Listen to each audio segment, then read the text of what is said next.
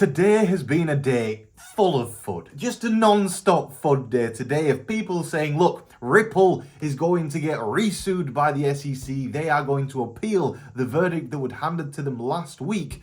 And the SEC is going to win this case again. And I think something people are missing here is the huge associated cost of losing that lawsuit again.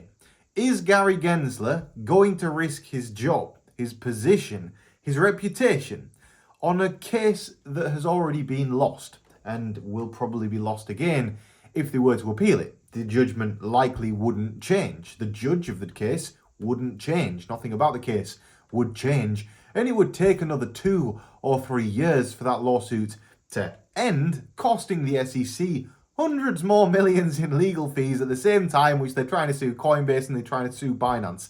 Is it not a better use of public funds? Because again, this is a public organization. Is it not a better use of public funds to try and win the existing lawsuits, not the ones that have already ended? The SEC loses lawsuits all the time. This is just another example of that, and it's been something that's been on the cards for an incredibly long period of time. The likelihood that they could have ever have won this case was very minimal. It was always stacked in Ripple's favor. So the likelihood that a lawsuit would be refiled, I personally would put at 5%. I really wouldn't expect them to refile this lawsuit. I know that today, according to, again, crypto saving expert here, Ripple's court decision resides on shaky ground, says former SEC official. It's nothing more than, from my perspective, price manipulated FUD. It caused the price of Bitcoin to decline today. Of course, I snagged a nice entry here, a few $1,000s in a profit, and I have this XRP trade, a few $1,000s in a loss. Really nothing of note. But when it comes to the price of Bitcoin, we've got a key support level here that we seem to be maintaining trading above, and that's looking pretty decent. We also have another level of support right here that we yet to break below. From my perspective, Bitcoin is ranging in this range. People are making the most out of this FUD to get the best price on Bitcoin possible, and the best price on altcoins possible, the price on Ethereum. Everybody wants the best price possible.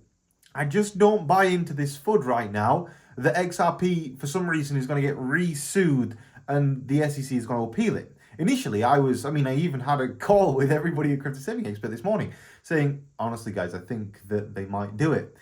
And then, in retrospect, I actually don't think that the SEC is going to refile. Why would you? There's just not a whole lot of upside from it, and there's an awful lot of things for them to lose, including reputational damage and loss of resources, loss of funds. They could have funding cut if they seem to be doing a bad job. If you lose a case, that is very significant. It's very severe, especially a case of that magnitude. That's why you might want to appeal it. But on the flip side, if you lose it again, then you're looking at a really bad situation there. So I just don't buy into it yet. I don't buy into it. And with having said all of these things, Bitcoin, of course, yes, is responded very negatively, to the news that's came out today regarding all of these different things. And the question at this point in time is, look, is Bitcoin so heavily affected by this bad news that it's going to continue to decline in price from here, or are we going to see a bounce? My personal bias at this stage is I think there are enough people that are bearish and shorting Bitcoin right now for it to pump again. Knowing what Bitcoin does, knowing how Bitcoin reacts, having followed Bitcoin for such a long period of time, I know I see it so frequently and I sound like a bit of a stuck record, but I definitely do err on the side of bullish right now because we are still in a bull flag, and this bull flag has been forming for above a month, and the breakout from this bull flag is going to be tremendous. It's the question of when, not if. We also have a Bitcoin ETF on the way, and we're going to discuss all of these things in today's video, as well as, of course, some cryptocurrency news. So if you wouldn't mind, drop a like on this video, subscribe to the channel, just press that button down there. I'd really appreciate it, especially if you are new. And of course, one like from somebody would be amazing, and one comment as well.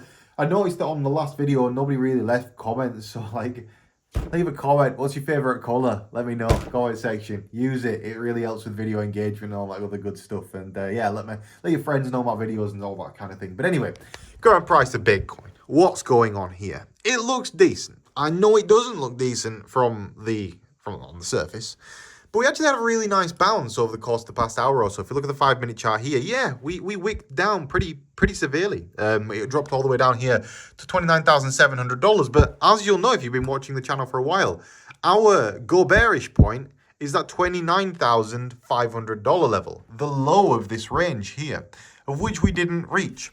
And technically, if you were somewhat blind, you could technically draw an inverse head and shoulders here. You would have to be squinting. It would be a bit of a stretch, but it kind of is there.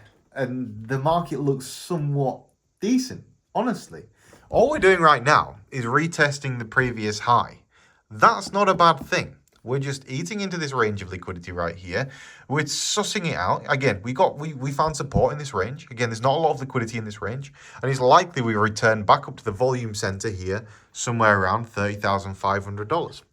Tomorrow, we're going to find out more about this stuff. But it's also important to point out that here, on the 4-hour moving average, we actually bounced off of the 4-hour moving average here, which is the 104-hour moving average, which is pretty good news, to be honest. If we go over to the daily chart on Bitcoin and look at how we're performing here again, we're seeing some good momentum. It's not looking bad like everybody is making it out right now.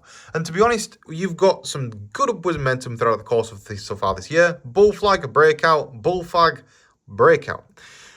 It's trying to tempt you away from this level right here. And that level right there being $37,000.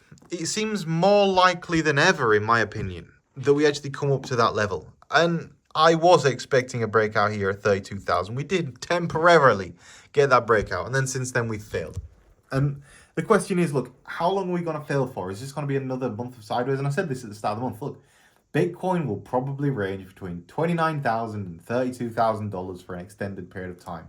I think the altcoin market is where it's at right now. When looking at the altcoin market, yes, Ethereum versus Bitcoin took a little bit of a hit today, but at the same time, we're likely finding support at these levels here, and these levels of support likely are going to cause the price of Ethereum to bull pennant outwards, something like this, and then eventually break to the upside, or at least that would be my expectation on the price of Ethereum versus Bitcoin.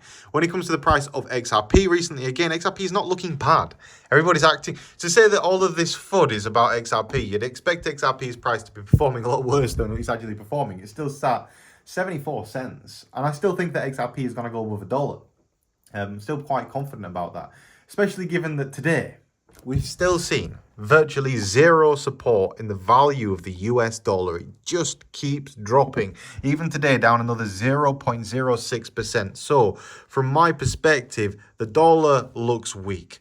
Bitcoin looks strong. Ethereum looks strong.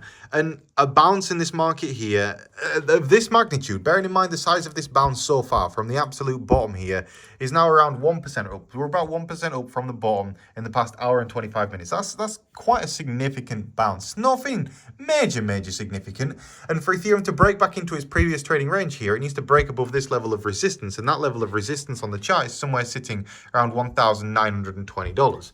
We need to break back above $1,920, but overall, market's looking quite good. So let's discuss some cryptocurrency news. Of course, we've got the first thing in today's crypto news is that Ripple's court decision resides on shaky ground, according to former SEC official. And Ripple's CLO is optimistic regarding US banks. They will consider using XRP after the ruling. Stuart Oldloy believes that Ripple's partial win against the Securities and Exchange Commission, the XRP is not a security, will translate into US banks using the remittance coin for on-demand liquidity to improve the efficiency of cross-border transactions. I think that will happen as well. As we already know, banks, I believe it's in Italy, Belgium, probably Romania, if I remember off the top of my head. I know there's a bunch of banks all over the world right now that are using Ripple's blockchain. So I think that's probably going to happen as well. Why wouldn't you if it's going to make transactions cheaper and more efficient? Of course you're going to use it. And then finally, in today's cryptocurrency news, the SEC acknowledges BlackRock's Bitcoin ETF application and starts the official review process. It's all heating up in the world of crypto. They don't want you to buy right now. They don't want you to have confidence right now. That's because of what's coming. Who do you think controls the media, the headlines, puts the FUD out there? And who has justified for this massive ETF? Who's got more money in the world than anybody? BlackRock. So when you're seeing these things in the news, consider who is putting them out there and why are they putting them out there. If Ripple were to be resued, and they're still innocent. They've been found innocent. They've won that case. So it would just drag on and on and on and be another 3 years. It would really mean nothing for the industry other than a slight amount more of uncertainty. It would probably cause a slight crash in the markets. Immediately it would rebound. So from my perspective right now, market's decent place. Everything's looking quite good. And I am currently long on the price of Bitcoin. If you are wondering where I'm trading, of course, I'm trading on BitGet. I'm also trading on BYBIT, for which you'll find a link in today's video description. I also have this Ethereum position open right here. It's not currently in a profit. I'm going to average down this position. It's only a $569,000 position. It's currently $8,000 in a loss. Really nothing major. But I do just want to point out, you know, you win some, you lose some. This one might be $8,000 in a loss. This one here is $9,000 in a profit. That's $2,000 in a loss. So pretty much break even across the board right now. Bit disappointing considering yesterday we're up quite significantly. But at the same time, can't win them all.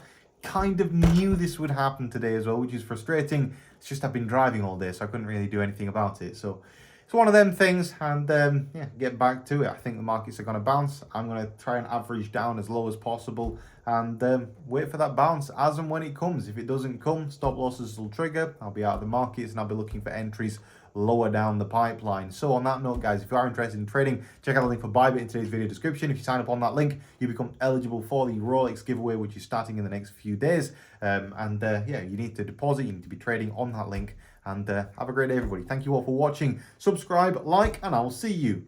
In fact, I'll see you in the next video. But just before I end, do definitely drop a like on the video. I'd appreciate it. Anyway, leave. I must leave now. So see you later. Goodbye.